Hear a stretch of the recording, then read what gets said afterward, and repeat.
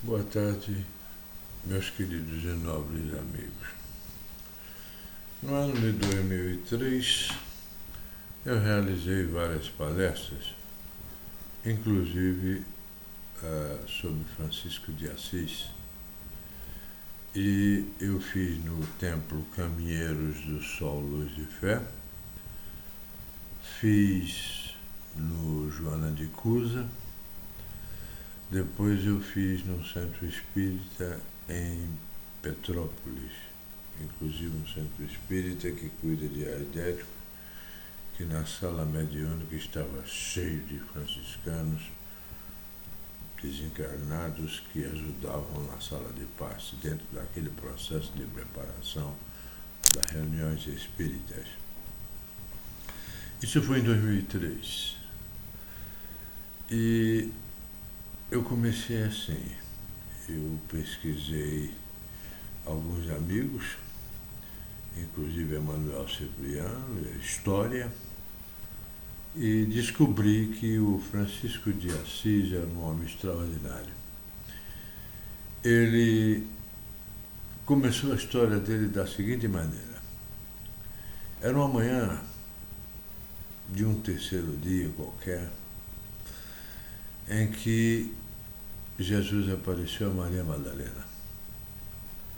E depois seus seguidores, as portas trancadas, e mais tarde aos discípulos que iam em direção à cidade de Emaús, ele apareceu materializado diante de mais de 40 pessoas, e mais de 500 pessoas, desde a época do Pentecoste. Ele ascendeu aos céus, depois permaneceu mais de 40 dias com seus seguidores, como eu disse, aparecendo-lhes de maneira intermitente. No final do 40º dia, Jesus ascendeu aos céus e disse: Ide e pregai o Evangelho a toda a criatura. Cerca de 10 dias depois, aproximadamente, no mesmo cenáculo aonde muito provavelmente Jesus tinha feito a última refeição com seus apóstolos, um fenômeno extraordinário que fora registrado no Evangelho como o dia de Pentecostes, que os Espíritos do Senhor, através de seus apóstolos, usando a faculdade mediúnica dos seguidores de Jesus, puderam falar em línguas estrangeiras. Era a mediunidade audiente, a mediunidade falante e a vidência. Muito bem. As línguas que os apóstolos médios nem conheciam naquela época, a fim de instruir o povo que havia vindo de várias regiões, dos mais de vários países daquela época, ou regiões daquela localidade. Depois desse dia de Pentecostes, quando Simão Pedro, o apóstolo, se levanta e explica o fenômeno que aconteceu, os porquês e os paraquês, como diz o Emmanuel Cristiano, e inaugurou-se as bênçãos de Deus e do próprio Jesus, o intercâmbio mediúnico desde aquela época, mas já existia muito antes. A partir desse período estava iniciado o movimento cristão primitivo, tanto que eles se reuniam em mesas mediúnicas, e tem uma passagem que eu falei da última vez, que o Paulo de Tarso disse que quem tiver de se alimentar, que já vem alimentado, que aqui é apenas um simbolismo. Os apóstolos saíam pelas mais das 12 regiões das Palestinas, divulgando os ensinos de Jesus, esforçando-se para que a Boa Nova pudesse ser compreendida por todos aqueles homens simples, porque o reino dos céus pertence aos simples. Jesus dizia isso o tempo todo nas suas pregações. Mais tarde, Saulo de Tarso, que era um rabino, que foram instruídos na escola do grande Gamaliel daquela época, foram um dos maiores perseguidores dos cristãos.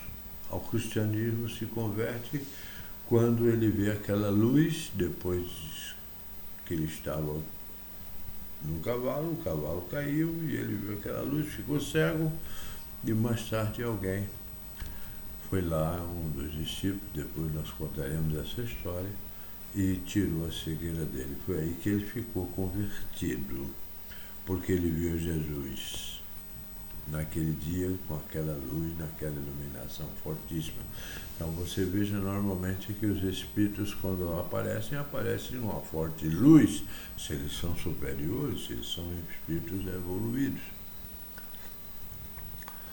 Mais tarde, o Saulo de Tarso, ele começou a se dirigir com Simão Pedro, o ex-pescador, e fortalece o Paulo, que conhecia grego. O Paulo era judeu, mas ele conhecia profundamente grego. Paulo, que tinha o título de cidadão romano, ele tinha adquirido, naquela época se comprava, sabia falar latim com grande fluência.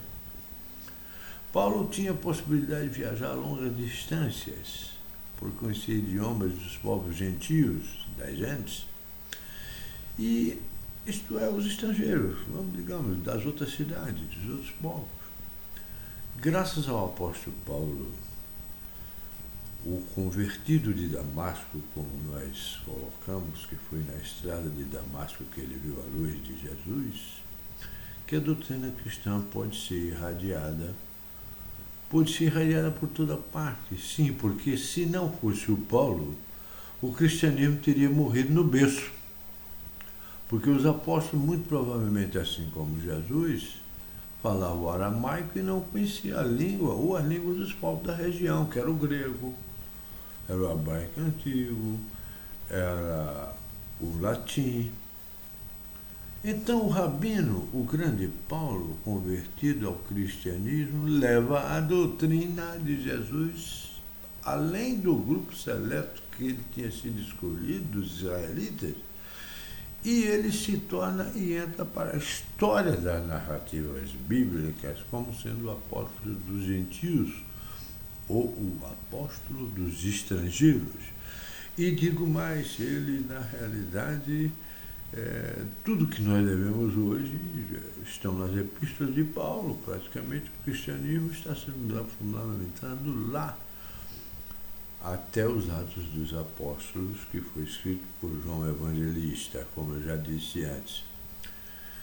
Mas chega o período das grandes perseguições, após aquele 18 de julho de 64, depois de Cristo, quando enlouquecido Nero, como afirmam alguns historiadores da época, põe fogo em Roma e acusa os cristãos de terem colocado fogo em Roma. Iniciava-se aí um fenômeno de grandes e ingentes e enormes testemunhos. Coliseu romanos, fogo nos cristãos, os cristãos começaram a se esconder, eles eram apreendidos pelos imperadores romanos da época, aqueles soldados, acusados de terem mandado a cerca de 10 regiões romanas, e então, como um castigo, eles tinham que ter o coração traspassado por flechas incandescentes, eram amarrados em postes de martírio, achas embebidas com resina inflamável, os queimava todos e fazia com que os cristãos se tornassem verdadeiras tochas vivas, tochas humanas. Assim, os imperadores daquela época mandavam, com o pretexto de divertir o povo, amarrar as pernas de um cristão sentenciado à morte em 2 cavalos, uma perna no cavalo, uma perna no outro, e fazer com que os animais trotassem e quebravam a pessoa ao meio, retiravam o corpo dilacerado, o corpo ficava dilacerado. Isso era uma forma de, inclusive, torturar os cristãos daquela época. Aos cristãos que antes se reuniam para adorar a Deus e estudar os ensinos de seu Cristo, na liberdade dos morros, nas colinas, na natureza, nas praias, agora tinham que se esconder.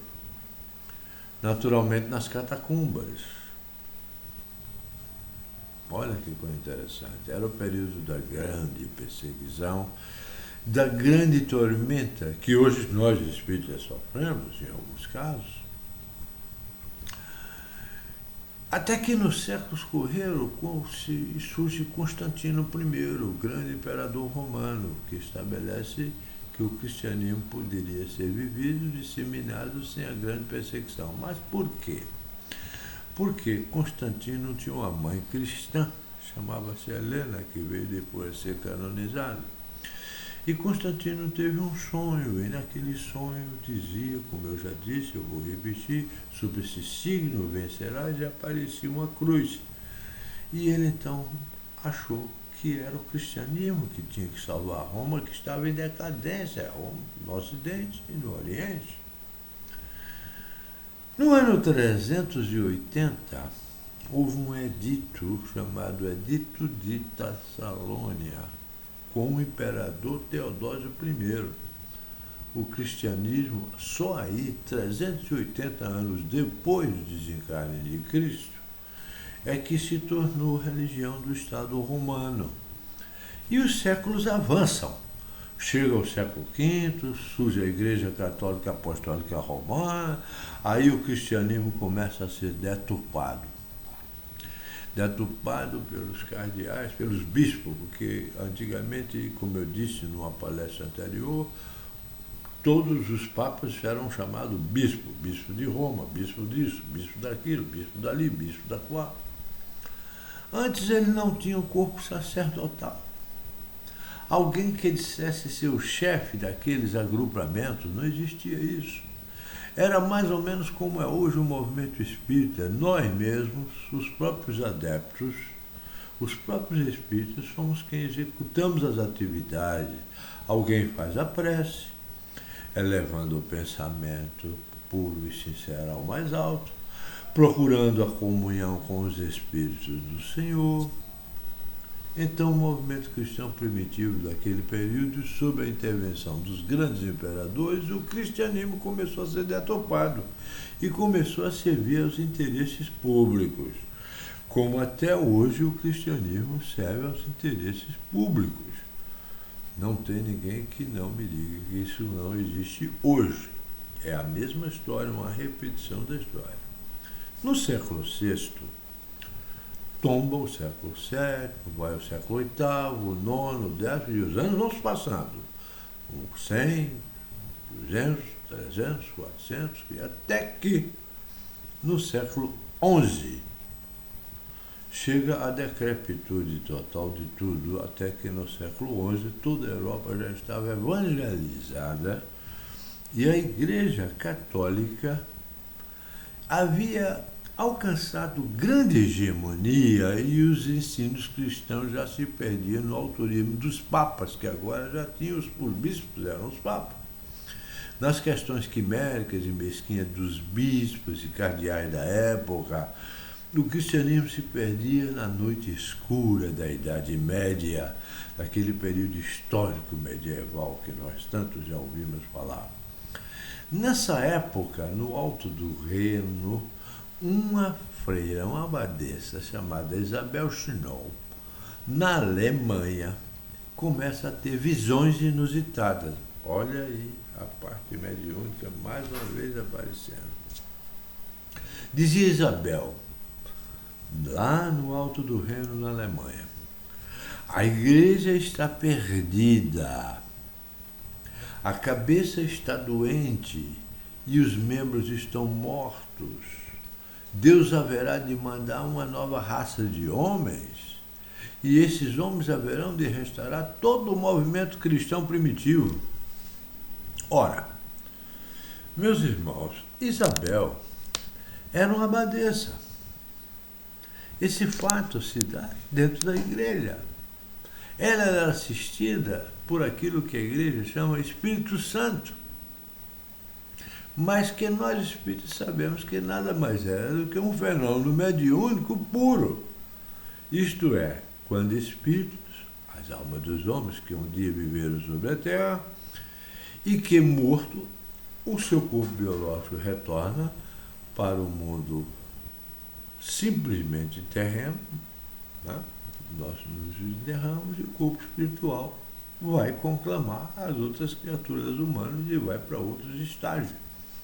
E Isabel era uma médium, uma abadesa, e eram os espíritos do Senhor que diziam para ela: tu és a trombeta e nós haveremos de trombetear por teu intermédio as verdades de Deus.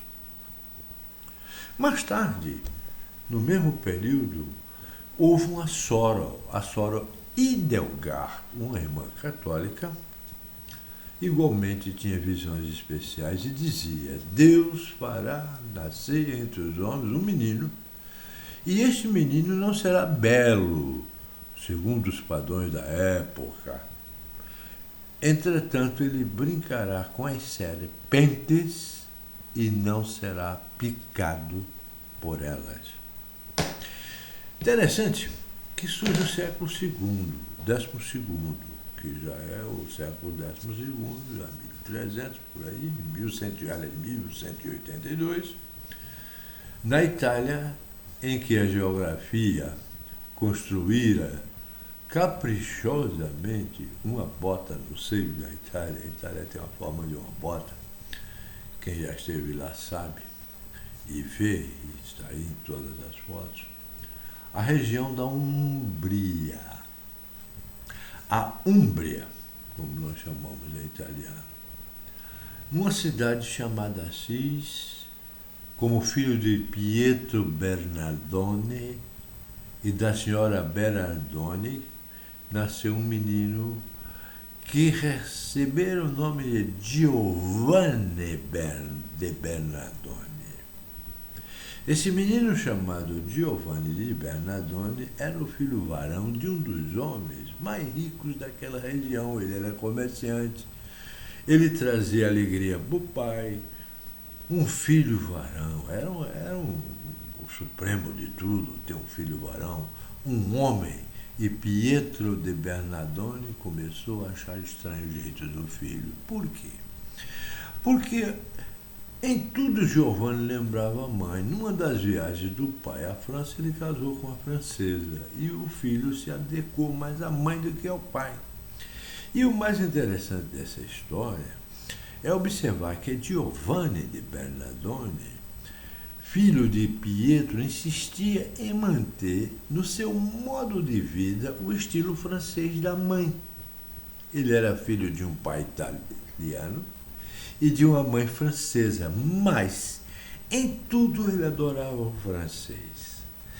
O modo de se vestir, no sermão do futuro santo ele iria preferir falar em francês, na língua materna, a língua francesa em lugar da língua paterna, a língua italiana. Era assim que ele se dirigia às pessoas. Ocorre que quando Pietro de Bernardone, o pai, desejou casar-se, por ser um homem muito rico e tendo que viajar constantemente para renovar seus utensílios de sua loja, que ele era muito rico, era um comerciante de tecidos, de fazendas, que ele comerciava, ele foi à França, conheceu lá aquela senhora, conheceu a francesa e a trouxe para a Itália. Foi lá que se casaram e nasceu o Giovanni de Bernardone, que lembra um bom francês e não italiano em toda Assis.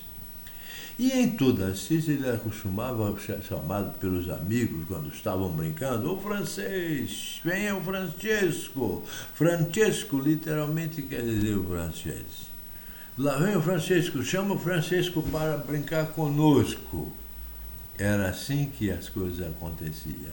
Então esse menino, que seria consagrado na história dos santos com o nome de Francisco de Assis, cresce. Chega por volta dos 20 anos e agora estamos no ano de 1202. E Giovanni, ou Francisco de Assis, que tem agora 20 primavera, 20 aninhos, jovem, e só quem tem 20 anos sabe o que é ter 20 anos, o fulgor do corpo físico, o fulgor de ter 20 anos, de ser jovem, interesseiro por tudo que os jovens têm e sabem e fazem, inclusive pelas moças, naturalmente. Ele era o chefe dos folguedos. Ele era muito brincalhão, soltava muita piada e gostava de fazer festas. Ele sabia fazer festa e patrocinava essas festas como ninguém. E esbanjava o dinheiro do pai com isso à vontade. Afinal, o pai dele era o homem mais rico de toda a cidade de Assis, até que a cidade natal de Francisco, Assis, entrou em guerra com a capital da Úmbria. A capital da Úmbria, naquela época, se chamava Perúdia. E, naturalmente, todos os jovens foram convocados para a guerra. E Francisco sentiu-se animado para a primeira guerra que aquele menino de 20 anos, que era jovenzinho, com aquele mancebo de 20 primavera, e tinha que ir para a guerra. O pai ficou todo orgulhoso, que todo homem na Idade Média tinha que ir para a guerra mesmo. Com os olhos de um homem medieval que nós temos que ver agora, adoravam guerrear. Ir para a guerra e morrer na guerra era motivo de glória para todos os jovens, e Francisco não era diferente. Ele foi para a guerra. Mas nesse período eles perderam a batalha e Francisco ficou preso por 1 ano em Perúdia. Mas Francisco era algo diferente. Desde a mais nova idade, era brincalhão, gostava de contar piada e fez amizade e alegria com todo mundo em Perúdia e com quem ele tivesse com ele. Era aquela brincadeira. Nos 11 livros históricos que existem sobre Francisco de Assis, ele era um brincalhão. E ele gostava de folguedos, porque para essa nossa conversa que vamos falar agora sobre o livro mediúnico, em todo respeito às autores espirituais, mas preferimos as fontes históricas, não preferimos os livros mediúnicos que falam de Francisco. Preferimos estudar a história e ver como é que ele era. Ele era um célebre contador de anedotas. Ele fazia com que seus amigos, conterrâneos, compatriotas, rissem a menor expressão facial dele. Ele tinha a cara engraçada, ele era um jovem magrinho, mufino, como a gente chama hoje aqui, mas era engraçado. Todo mundo gostava dele, engraçado. Foi aí que, depois de 365 dias preso em Perúdia, eles fizeram as pazes com Assis e devolveram quem estava preso em Perúdia. E, embora fosse Perúdia a vencedora da guerra, ela não queria o mal entre os seus prisioneiros e, enfim, ela devolveu os prisioneiros para Assis. 1 ano depois, Francisco de Assis e seus amigos voltavam para casa sem os louros da vitória, infelizmente. Mas, pelo menos, estavam vivos. Francisco continuava com sua vida de brincadeiras, folguedos, festas, até que, algum tempo depois, surgiu um novo período de guerra. Porque, naquela época, o poder estava dividido, era o poder político e o poder religioso. Sempre foi assim. É o rei, o bispo, o papa, tal, etc., uns contra os outros. E os papas, que eram vários papas, que os bispos eram chamados papas, como eu já disse em reunião passada, que representavam o poder político, viviam brigando com os imperadores germânicos da Alemanha, lá na Alemanha, porque o papa queria dominar a Alemanha. E os imperadores alemães queriam dominar toda a Europa, especialmente a Itália. Tanto que mais tarde Hitler quis dominar toda a Europa. Quis dominar tudo, como sempre foi feito. O homem sempre teve o poder bélico de querer dominar o mundo. Então surge uma nova guerra e Francisco se sente animado e desta vez ele diz: eu vou para a guerra e vou me preparar para trazer os louros da vitória. Eu serei coroado pela vitória. Foi para a praça e, como todo jovem, garboso, né, com a sua idade e rico, Francisco também adorava aparecer para as moças. Só que é diferente das de hoje. Aquelas moças daquela época ficavam balançando os lencinhos para os soldados, para os rapazes, para os jovens que iam sair para a guerra. E foi aí que ele foi para a guerra. Mas, nesse período, ele teve um sonho. Como eu já disse, o sonho, o espírito se desdobra e se encontra lá em outras dimensões com outras entidades espirituais superiores e que nos orientam. Nesse sonho especial, ele se vê dentro de uma loja do pai e, em vez de nas prateleiras estarem os tecidos de fazenda, ele vê que nas prateleiras estavam instrumentos bélicos, instrumentos de guerra, elmos, escudos, lanças, e todos os objetos estavam o sinal da cruz, e no sonho ele ouviu a voz: um dia tudo isso será teu. Quando ele viu o sinal da cruz. Era Deus que estava pedindo para que ele fosse para a guerra? Será que era isso? Ele pensou.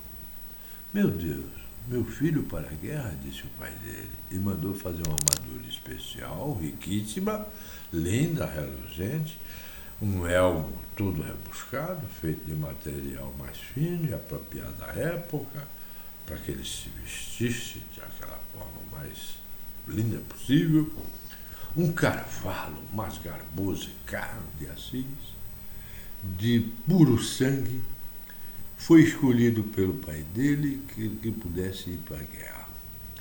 Francisco, paramentado, todo paramentado e bonito para ir para a guerra, ele montou o cavalo e foi.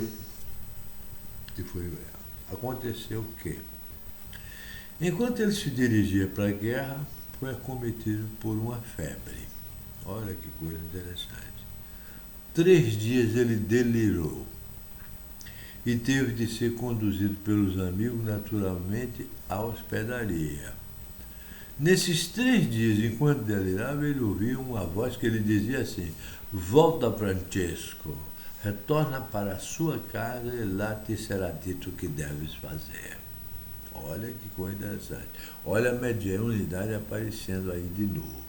E dessa vez muito mais intensa. Na manhã do 3º dia ele acordou curado, mas o som daquela estranha voz ecoava não apenas em seus ouvidos, mas agora em sua própria alma. Voltar para Assis? Nunca. Eu disse para as moças que traria os louros da vitória, e meu pai e as pessoas, e eu voltarei, e disse o que voltarei para dizer o quê? E liberto da febre, ele pegou a armadura, colocou toda a armadura, vestiu o elmo, que era a farda da época, toda paramentada para proteger das lanças e das espadas. E ele pegou a lança carregada na mão dele esquerda, pulso firme, ele deu ordem ao animal para prosseguir. Mas quando ele pegou a brida do animal, olha que coisa interessante. Mãos intangíveis paralisaram as suas mãos. Ele entra numa espécie de êxtase mediúnico e quando acorda ele está nas portas da cidade de Assis. Observai, pelo que eu estou contando, que estava na região limítrofe, no início de Ligúria, entre a sua terra natal e as regiões exteriores. Ele quis voltar para a guerra, mas o cavalo não obedecia e retornava para Assis. E ele entrou na cidade, olha lá, ele entrou na cidade refletindo acerca daquelas questões, a lança carregada por andar-mãos, deixava o rastro de suas poeiras de Assis, o elmo agora carregado na destra, na mão direita. Ele estava reflexivo e o povo começou a dizer: mas aquele não é o Francesco? Ele não foi para a guerra? Francesco voltou, é um covarde, o filho de Pietro Bernardone voltou como um covarde. Ele ouvia aquilo, mas não ficou abalado porque aquela voz, as mãos intangíveis que seguravam as suas, as mãos invisíveis que não lhe permitiram fugir, o que seria aquilo? Quando ele chegou em casa, ainda retirava a armadura, os elmos, etc. O pai chegou porque o Pietro Bernardone estava na loja quando soube que o filho voltou, que ouviu murmurar o sussurro que ele era um covarde. Ele voltou como um raio para casa, o peito afante, os olhos carminados, vermelhos, e atingindo de carmim, tamanha fúria do homem em cima do pobre coitado do filho, que na época julgamos que deveria ser um homem gordo e forte, porque naquela época era sinônimo de ser forte, era ser gordo, principalmente na época medieval. Até há pouco tempo atrás, ser gordo, tome uma madeira, porque ser gordo era sinal de saúde. O homem medieval era gordo, comia muito. E deveria ser assim o pai de Francisco. Não, isso não é inveja de mago, não. Não fique pensando que isso é inveja de mago, não, porque em nenhum momento mais nós julgamos que Pedro deveria ser um homem assim. E lá chegando, Pietro, o pai de Francisco, de Giovanni, foi expomando: Francisco, voltasse da guerra, meu filho, eu preferia te ver morto, esquartejado, eu preferia te ver de qualquer maneira, menos voltando assim. Sabe o que Francisco falou? Pai, eu ouvi a voz de Deus. Porque Deus, Francisco, retrucou o pai, e Deus agora deu para falar com maluco? Essa foi a resposta do pai. Deus agora deu para falar com maluco? Meu filho, Deus não fala com gente louca. Aí Francisco, nosso Giovanni, Francisco de Assis, disse: mas pai, eu ouvi a voz de Deus. E Deus desejava e deseja que eu faça alguma coisa. Alguma coisa, meu filho? Um louco dentro de casa, sim, mas um excelente trabalhador. A partir de hoje, tu vai dar trabalho na minha loja. Doravante trabalhará na minha loja 24 horas por dia. E Francisco, o nosso Francisco, terá, como diz as Escrituras, de ganhar o sustento com o suor do seu rosto, que o pai não lhe daria mais dinheiro. E no dia seguinte, Francisco foi, e foi o dia em que a loja do pai mais vendeu. Que coisa interessante. Porque sabemos, nós, o povo, fica curioso com a vida alheia. Todo mundo quer saber da vida alheia. Então, eles queriam só saber, comprar um botão e tal, etc. E Francisco voltasse da guerra por quê? E Francisco, que não era candidato a santo, ou era candidato a santo, mas não era bobo, porque nenhum candidato a santo é bobo, nós sabemos disso. Falava enquanto o povo ia comprando, e o pai ia vendendo e ficando mais rico do que nunca, e o tempo correu. E a voz que aparecia, entre aspas, porque a voz não aparece, a voz não aparecia. Voz não aparece. A voz não se lhe apresentava para falar o que ele deveria fazer, porque naquele delírio de voz dizia: volta e lá te será dito o que deves fazer. E cadê? Nada.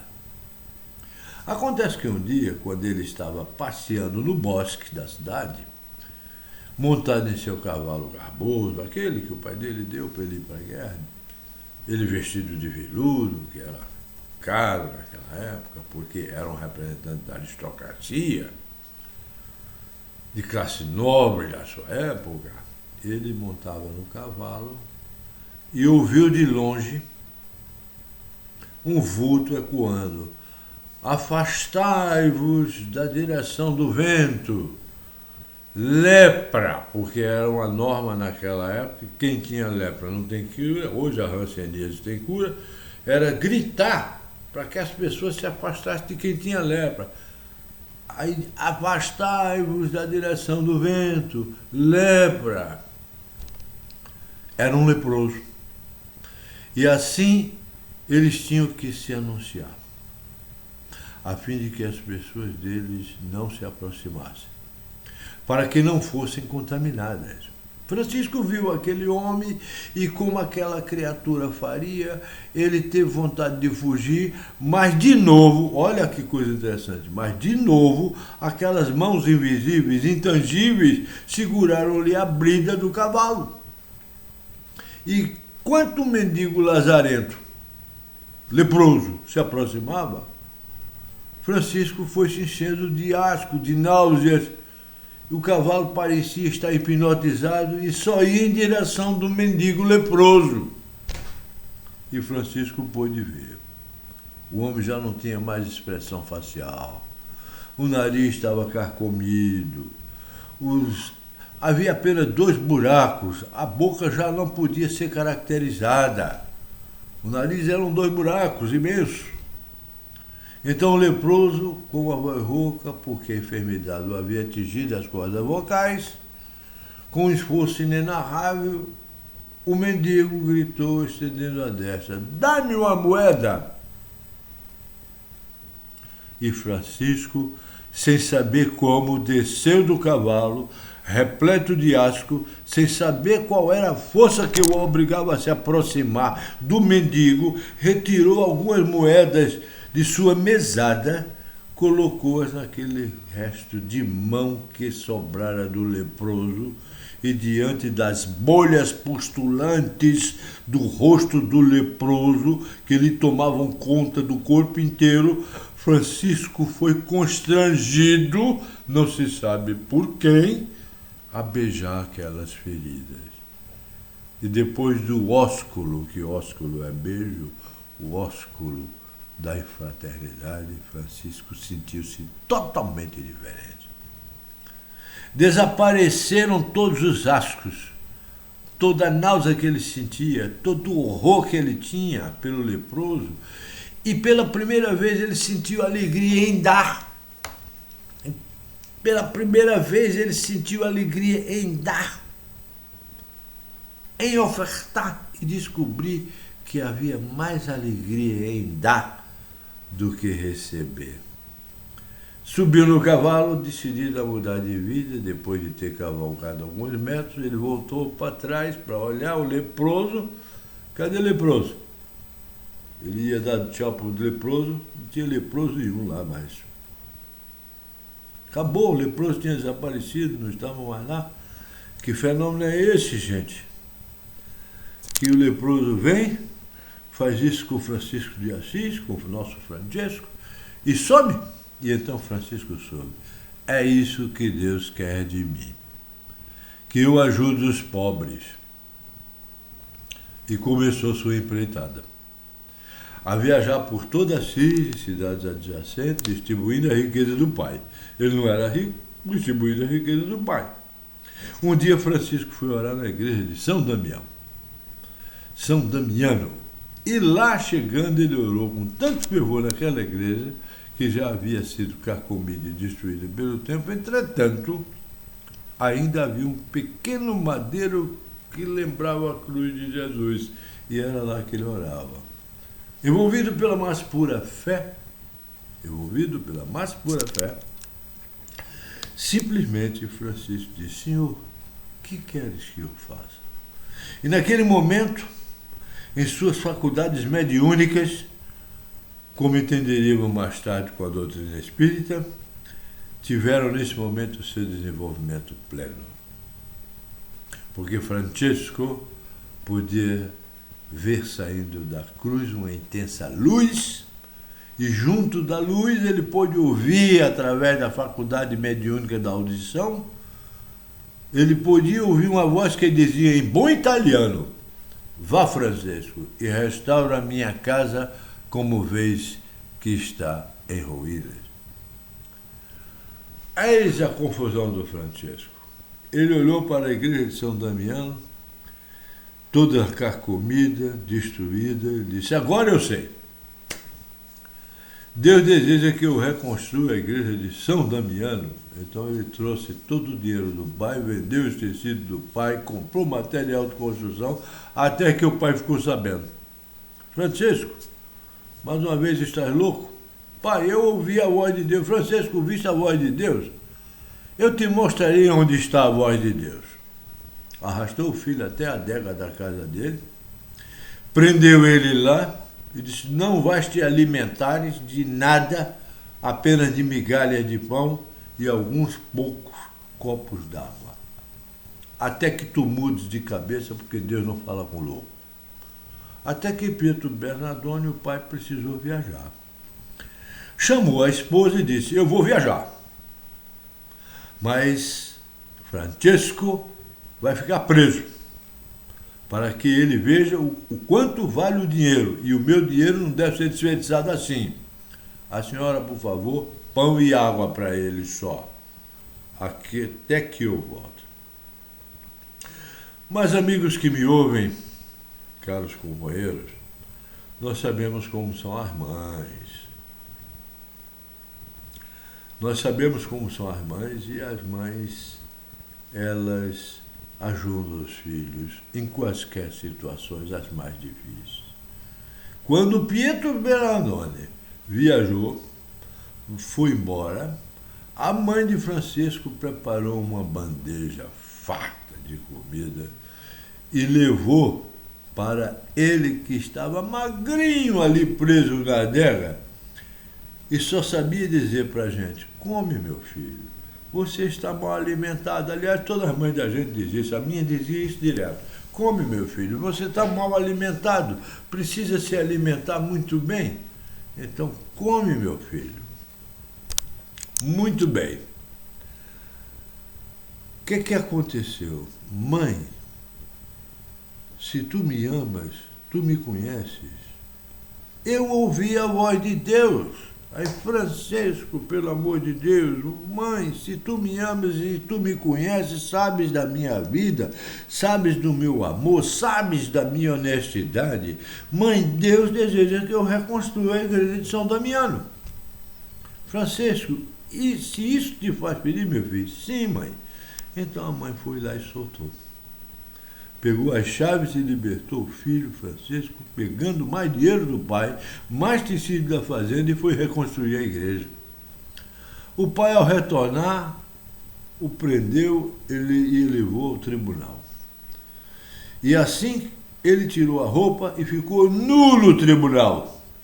E ali depositou aos pés do pai todo o dinheiro que ele tinha tirado do pai. Disse: pai, isso tudo lhe pertence, porém eu servirei ao Senhor, eu não preciso desse dinheiro. E Francisco saiu nu.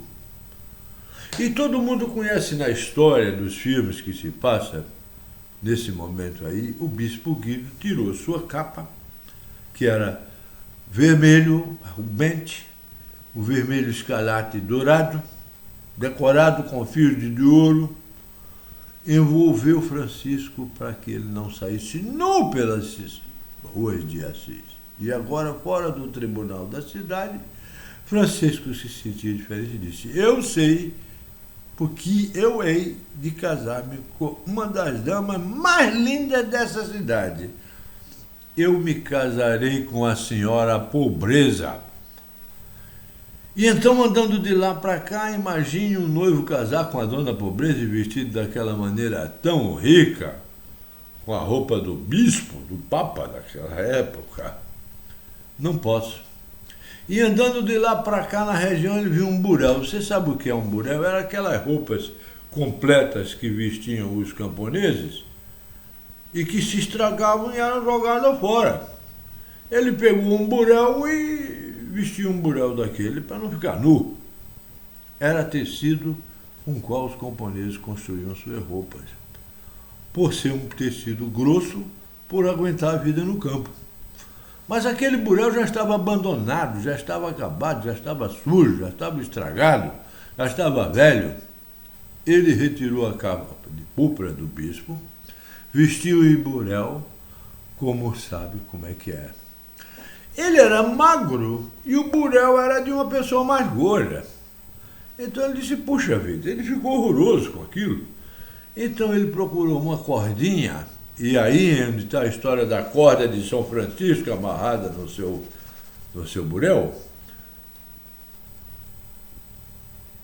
Pobre sim, deselegante não, colocou a cordinha para ficar bonito. Então ele ficou com a cordinha, ele pegou a cordinha e cingiu em torno de si e continuou andando de lá para cá. Foi para a igreja de São Damiano e descobriu que precisava de pedras.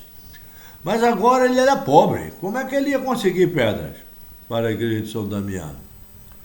Como nós gritamos hoje, como é preciso ter fôlego, pedras para construir o centro espírita, pedras para construir o centro espírita. E o povo faz como a gente, como fizeram com Francisco. Pedras, Francisco. Então, o louco do Assis quer pedra, o povo começou a jogar pedra nele. Com muita gente apedrejando os espíritas de hoje, como temos hoje, gente apedrejando espíritas, é brincadeira. Como vamos construir centros espíritas? Louco de Assis quer pedras? Voltou-se de costas e, fazendo do próprio corpo um escudo, disse para si mesmo: irmão corpo, sê corajoso, a obra do Senhor merece. Como nós espíritos deveremos fazer a mesma coisa, não entrar em embate e dizer: irmão corpo, irmão mente, estamos a serviço do Senhor. Não precisamos, não vamos sentir dores, não vamos nos magoar, nos melindrar pelas invejas e ciúmes existentes em centros espíritas. Não! Vamos fazer como Francisco de Assis, irmão corpo. Aguenta as pedradas que estão sendo levadas para você. Mas ele pegou uma carrocinha para levar essas pedras. E cada pedra que lançavam nele, ele colocava lá, mas ficou muito pesado aquilo. A carroça ficou tão lotada que o menino magrinho que ele era não podia carregar. Aí sabe o que o Francisco falou? Irmão corpo, ser corajoso. Aprendamos com nossos irmãos de escala menor, o irmão burro, a irmã besta, que tem força para carregar as pedras. E aí ele carregou as pedras lá para a igreja de São Damiano. Quando ficou pronta, a voz de Deus voltou e disse: Francisco, não era essa igreja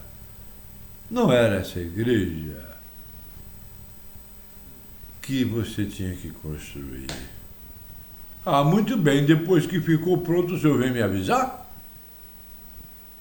Não falou assim, naturalmente. Não era a voz de Deus, era a voz de um guia médio único, que era protetor dele para aquela missão especial. Francisco é a igreja moral que desejamos que reconstruas.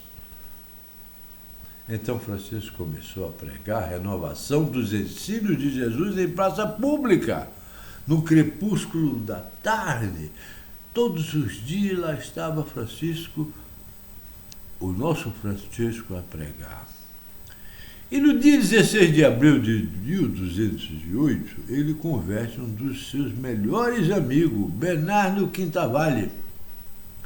Eu vou dizer quem era Bernardo Quintavalle, que igualmente doa fortuna para os ricos, e em 16 de abril de 2010, Francisco vai até Inocêncio III. O Papa não queria recebê-lo, pedia autorização para fundar a Ordem Franciscana.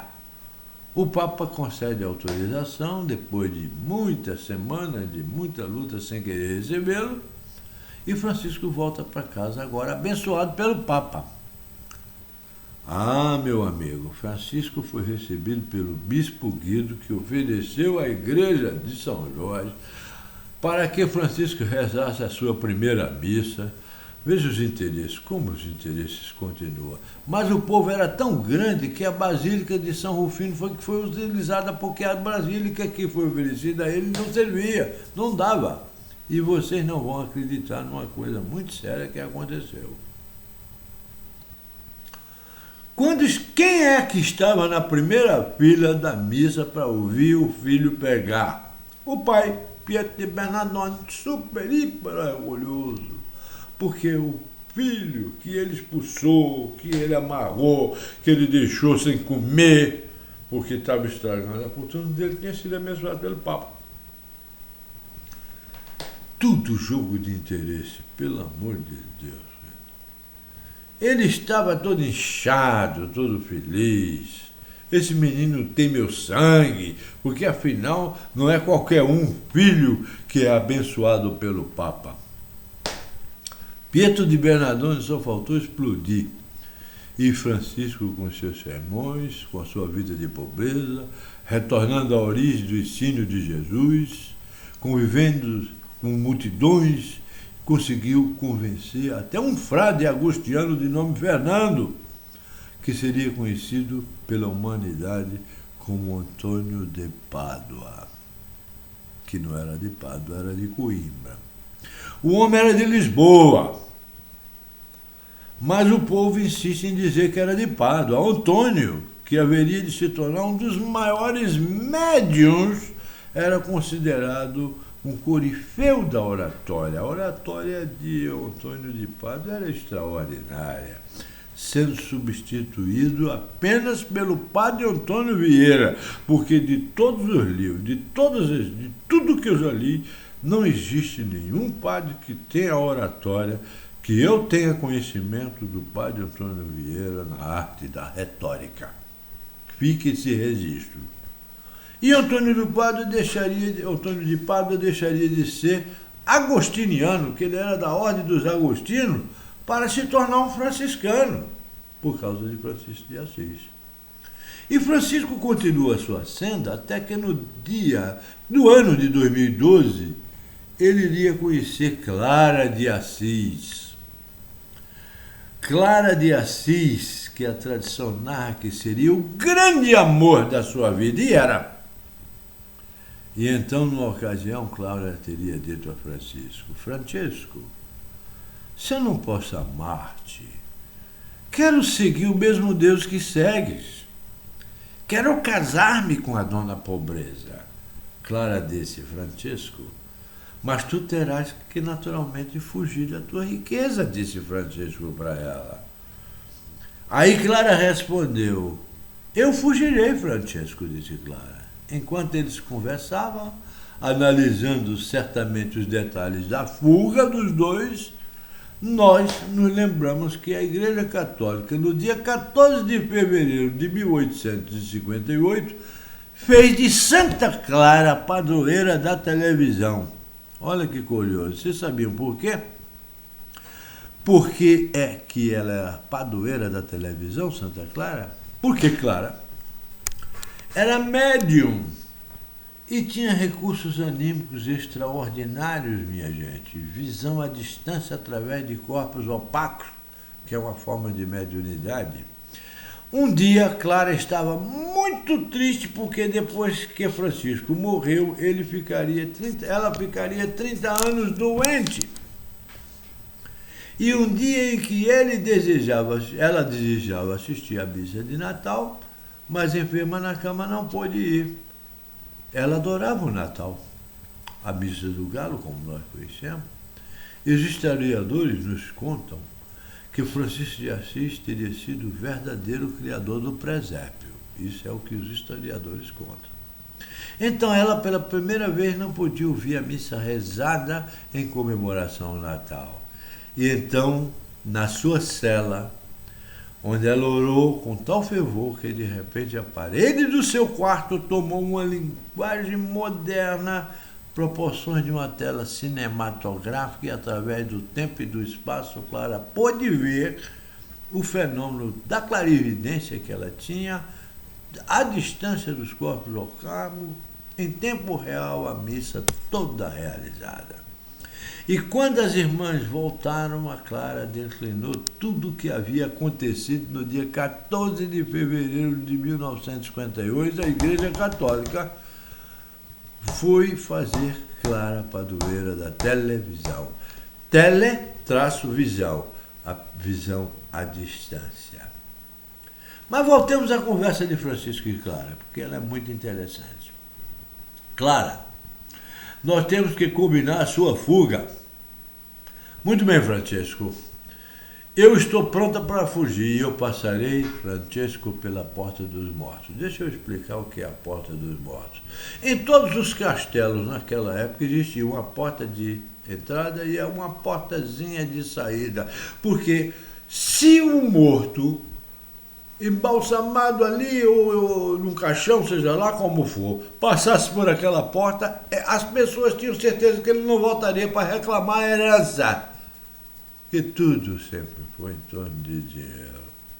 E aquela porta era chamada a Porta dos Mortos. Por isso que Clara usou essa expressão.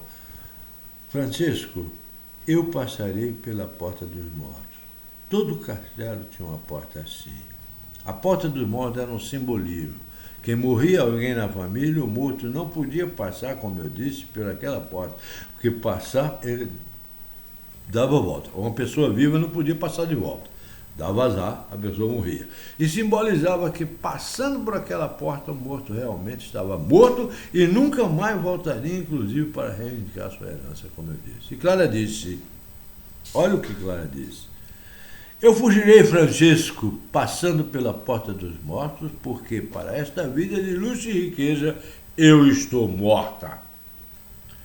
Francisco recebeu, pegou o instrumento, cortou-lhe o cabelo, os quais estão em exposição numa igreja especial, com o corpo da santa que não entrou em processo de decomposição naturalmente pelo tipo do solo na qual foi sepultada.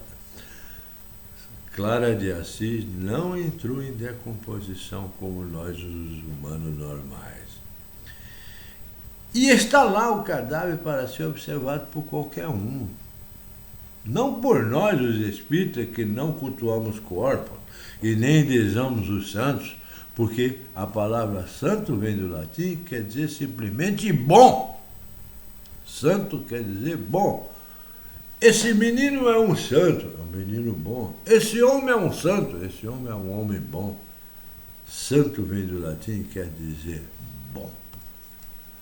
E nós aprendemos que os bons espíritos, com a doutrina espírita, haveriam destruir, com o primeiro livro da codificação, os espíritos que Deus manda periodicamente para contribuir com o processo humano.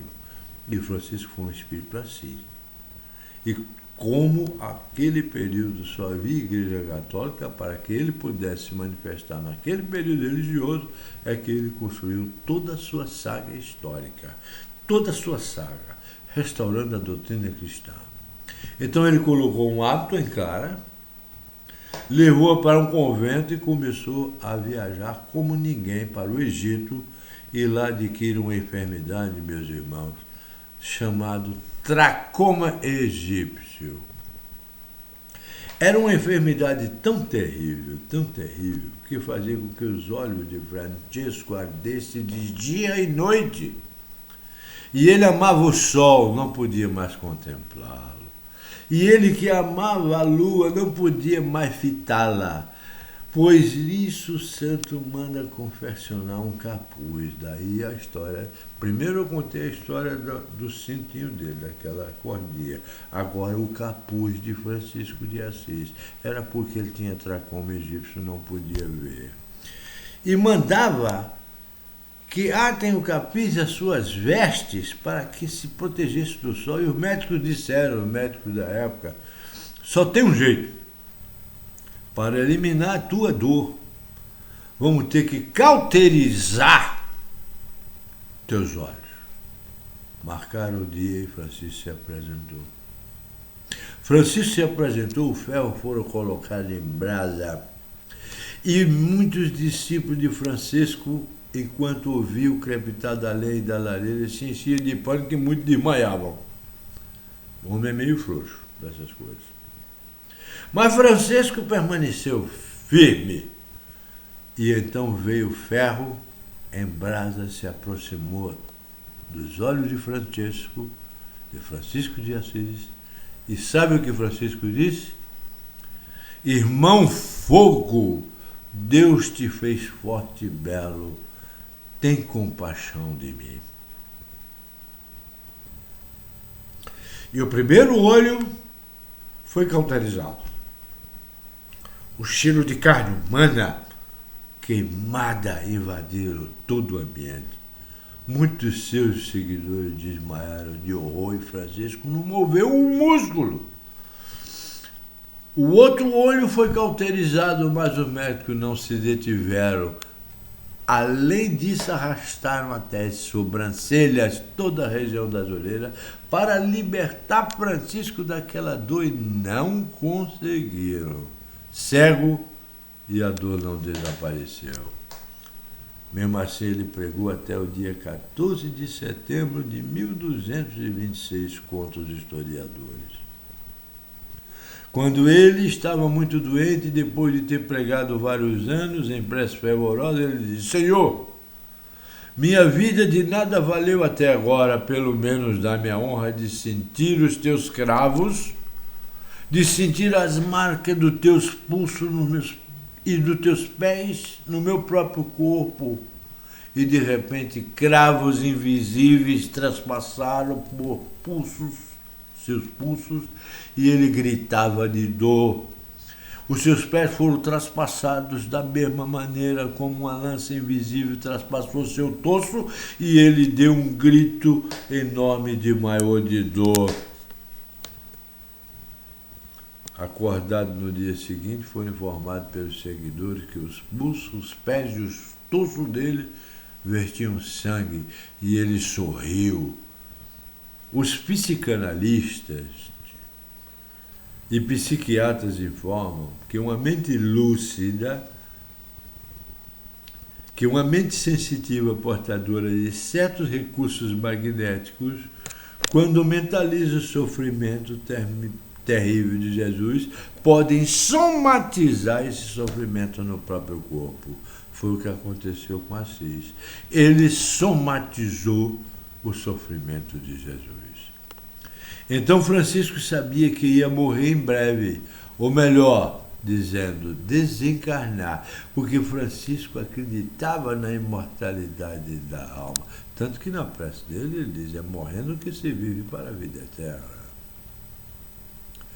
Ele sabia que a alma era imortal, e aí ele foi ao bosque, onde tudo começou, e lá ele pediu para rever Clara, ou pelo menos sentir, através do tato, a presença do grande amor da sua vida. Uma multidão o aguardava. De repente, uma revoada de cotovias veio como para dele se despedir. E depois de ter feito a prece íntima no seu coração, ele arrancou forças no recôndito da alma para dizer: Irmã morte, seja bem-vinda.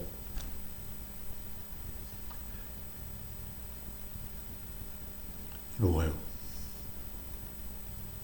Morreu biologicamente, retornando ao mundo espiritual. Francisco de Assis é um símbolo do homem de bem a quem nos apresenta o Evangelho segundo o Espiritismo. E que nós espíritas também pedimos: Senhor,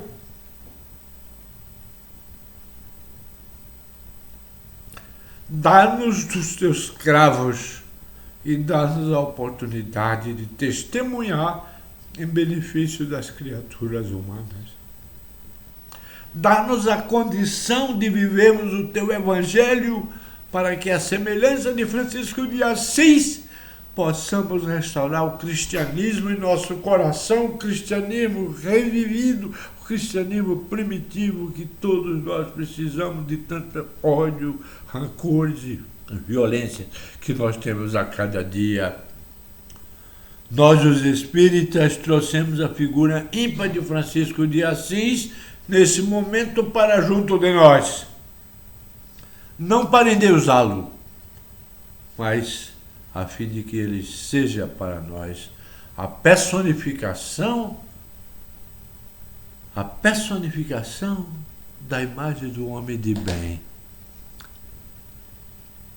A imagem do homem de bem que o Evangelho segundo o Espiritismo nos apresenta.